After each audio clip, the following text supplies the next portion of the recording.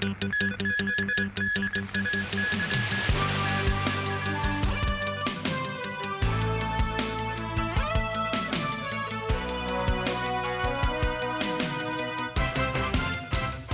evening and welcome to TVB News. The National Security Department of the Hong Kong Police Force has placed bounties on 19 activists, including Elmer Yuan Gongyi and Chin Po-fun. The police said the wanted persons are accused of contravening the national security law by establishing, running, and engaging in a so-called Hong Kong parliament. The latest update to the police's website on national security announced bounties on 19 individuals, including Elmer Yuan Gongyi, Victor Ho, Fo Ka-chi, and Choi Ming-da. The four were earlier put on a wanted list with a $1 million bounty each.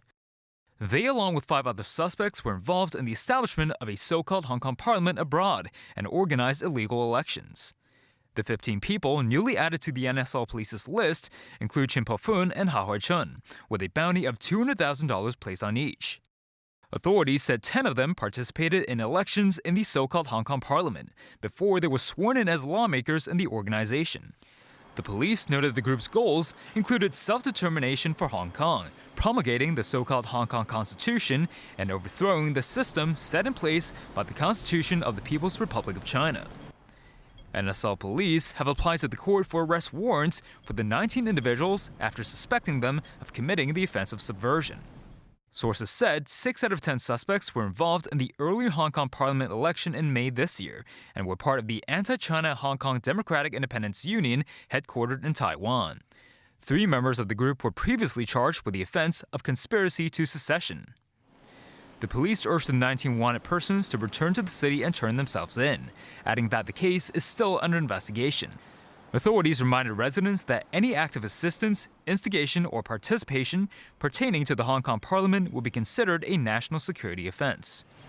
Timothy Lee, TVB News. A 16-year-old was found unconscious at his home in Hung Fa Chun and was later confirmed dead at hospital, with police subsequently seizing suspected drugs in his room. Authorities believe the narcotics are linked to his death. It is the second death this week involving a teenager with suspected drugs.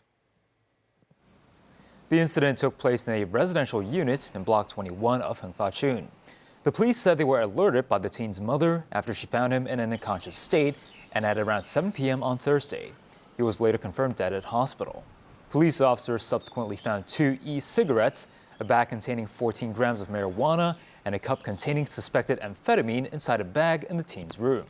Earlier this week, a 17-year-old teen of Pakistani descent was found dead in a similar state, with authorities later finding etomidate and other drugs in his room. A lawmaker raised concerns about students increasingly coming into contact with narcotics during the summer break. The Hong Kong Police's CCTV systems are set to incorporate facial recognition by year-end, with plans to link mall and commercial building cameras to the police systems. Summer Xiao reports. Since last year, the police have been installing CCTV cameras in public areas across many districts, with a total expected to reach 5,000 by year-end. The SmartView initiative has already helped solve more than 350 cases. Authorities now plan to introduce facial recognition technology by the close of the year, eliminating the need for manual frame-by-frame video review during investigations. 如果我哋有可疑嘅人物， Senior Superintendent Leung Min Leung explained that if they identify suspicious persons with known appearance or features, officers could input these characteristics via the back end of the system to check recorded footage for the individual's location. Leung noted that for real-time situations such as high-risk missing persons cases, after inputting their information, if this missing person is captured on camera, the system could immediately alert the operations teams. However, he noted that not every CCTV camera will be functional for facial recognition, as effectiveness depends on factors such as camera height and ambient lighting conditions. Starting this year, police have also begun connecting surveillance cameras from the Housing Department, Leisure and Cultural Services Department, and the MTR systems to the police network, which is estimated to take 2 to 3 years to complete. The next phase will integrate surveillance cameras in public areas of shopping malls, as well as industrial and commercial buildings into the police system. Future police vehicles will be installing surveillance cameras on their front left and rear right sections, effectively creating mobile monitoring units. Approximately 60 police vehicles will be equipped with these mobile cameras by the end of July, featuring built-in automatic license plate recognition to detect wanted vehicles. The police expect to deploy 200 police vehicles equipped with mobile cameras this year. Summer Xiao, TVB News. U.S. President Donald Trump toured the Federal Reserve's headquarters in Washington, which is under renovation, along with Fed Chairman Jerome Powell. But the pair were engaged in a testy conversation over the cost of the renovations in front of reporters. Trump has long been unhappy that Powell has not lowered interest rates. Nasvi Karim with more. Accompanied by Senator Tim Scott, Donald Trump and Jerome Powell donned hard hats for their tour of the Federal Reserve's headquarters. At the end, they engage in a tit-for-tat. Taking a look at what's happening. So we're taking a look, and it looks like it's about 3.1 billion. It went up a little bit, or a lot. So the 2.7 is now 3.1. I'm not aware of that. Yeah, it just came out. Yeah, I haven't heard that from anybody at the Fed. Yeah, it just came out. Our notes had it about 3.1 as well. 3.1, 3.2. This came from us? Yes. I don't know who does that. You're including the Martin renovation. You just added our entire capital. Yeah, you just added in a third building is what that is. That's a third building. Well, including no, the but Martin building. it's a building that's being built. No, it was built 5 years ago. We finished Martin 5 years ago. It's part of the overall work. But it's So, not new. So we're going to take a look. We're going to see what's happening, and it's got a long way. Do you expect any more additional cost overruns? Don't expect them. We're ready for them, but we have a little bit of a reserve that we may use, but no, we don't. We expect to be finished in 2027. We're well along, as you can see. Nice to take these off every once in a while when we're not under too much danger. Later, when taking questions from the media, Trump was asked what he would do as a real estate owner if a manager is over budget. Generally speaking, what would I do? I'd fire him. What can Powell do for Trump to ease pressure on him? Well, I'd love him to lower interest rates. Other than that, what can I tell you? Nasvi Karim, TVB News. Tens of thousands of people have sought refuge as border fighting between Thailand and Cambodia entered a second day, heightening fears of a broader conflict. Tracy Furness has more. Loud gunfire rocked this Thai village in Surin province. Villagers fleeing their homes. Many sheltering in these concrete bunkers, and these displaced villagers fleeing at night in homemade tractors. Similar scenes in Cambodia's Odar Mian Chai province, where sounds of gunfire was also heard. These border villages are in the firing line, with both sides firing small arms, artillery and rockets in the latest border clash between Thailand and Cambodia. This local Cambodian man said he was worried when the fighting broke out. First about my livelihood, and second about my children's education, and even looking after the cattle was difficult because all my children have fled, he said. Few remain here, and those still around have packed their bags ready to leave. Several hundred have fled to a remote Buddhist temple in Odar Mian Chai province. Makeshift tents were set up. One 74-year-old refugee pleaded with both governments to negotiate a settlement to end the conflict. This current crisis began brewing in February when a group of Cambodians went to disputed territory and sang a patriotic song. Well, that ended peacefully, but in May, in another area, troops from both sides opened fire at each other, and one Cambodian soldier was killed. The tension ratcheted up, and despite saying they were working to de-escalate, things never really relaxed. Thailand's acting Prime Minister, Phumtham Wechayachai, condemned Cambodia's provocations. He described the ongoing situation as a clash, not a declaration of war, and criticized Cambodia's use of force. Tracy Furness, TVB News.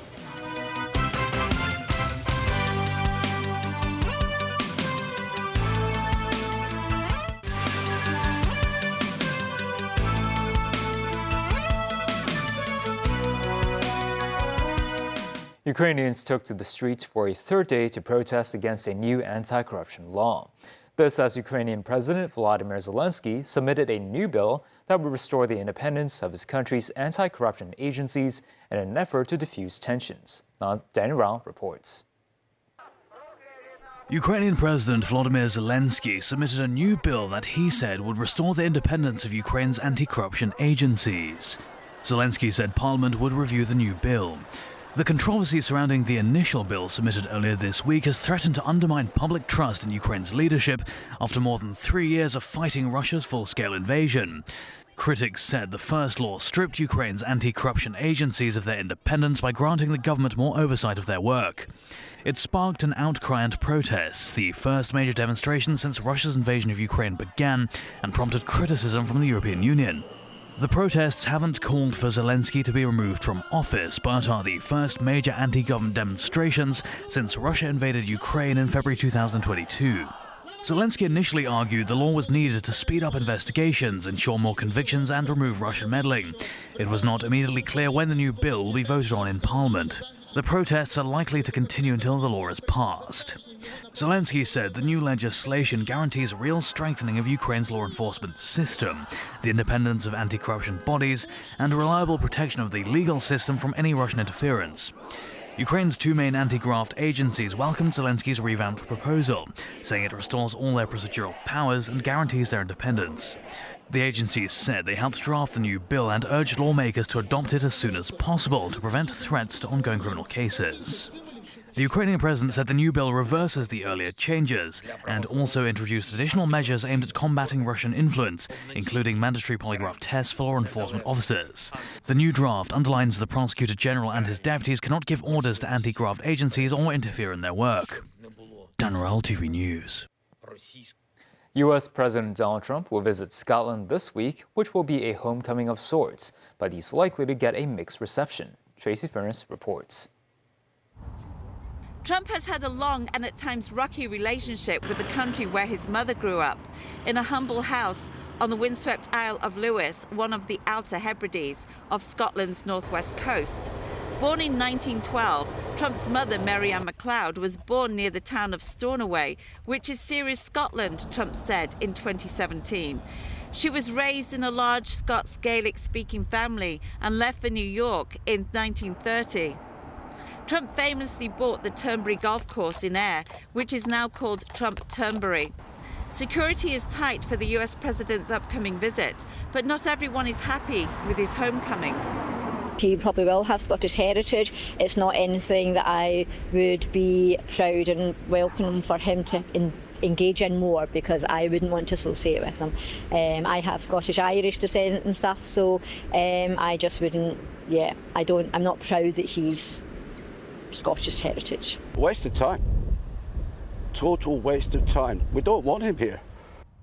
Trump still has relatives on Lewis and last visited in 2008, spending a few minutes in the plain grey house where his mother grew up.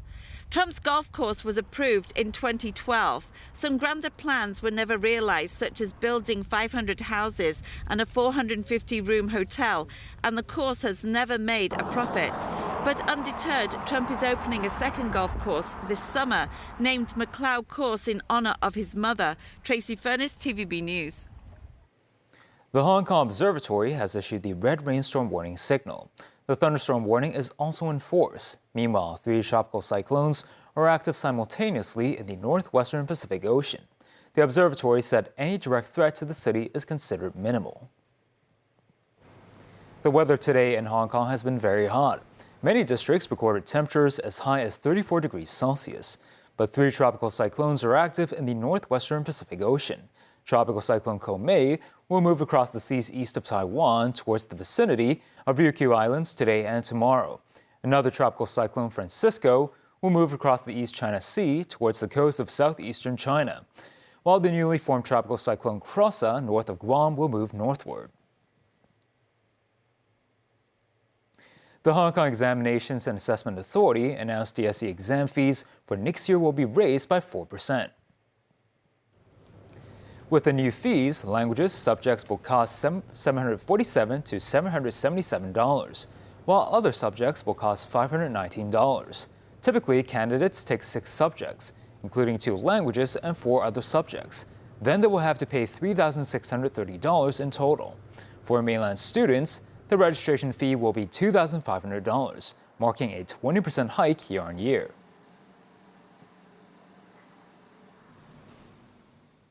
Town Gas and Science Park have collaborated to build Hong Kong's first public electric vehicle automatic hydrogen charging system. The two sides signed a cooperation agreement at Science Park. The system includes hydrogen extraction, power generation, energy storage, and power control equipment. It can directly extract hydrogen with a purity of more than 99.97% from the gas pipeline network to supply hydrogen fuel cells for power generation. The project is constructed by Town Gas and operated by Science Park. It will supply power to the electric vehicle charging piles in Science Park and can supply 5 7-kilowatt electric vehicle charging piles per day. The equipment is expected to be put into use in the second quarter of 2026.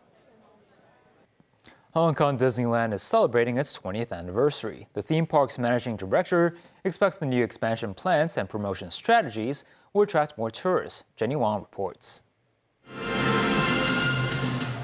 To celebrate its 20th anniversary, Hong Kong Disneyland launched new parades and night shows at the end of last month.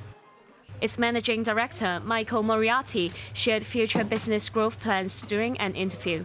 He said that the park is expected to pay off its government loans by the end of this year and will be debt-free. New attractions, including the Marvel-themed experiences and the Pixar entertainment offering, have no need for additional cash injections from the shareholders. Michael Moriarty said that the sources of tourists in the first half of this year is very similar to that of last year. He said Disney welcomes the government's southbound travel for Guangdong vehicles policy. To further facilitate tourists from the Greater Bay Area, Disney will launch one-day round-trip transportation and ticket packages. It will also cooperate with travel platforms to launch concert packages to attract overseas tourists. These, parking spaces and work that are being proposed for Lantau are very interesting, and I think have a way of making it more friction-free for travelers to come to Hong Kong.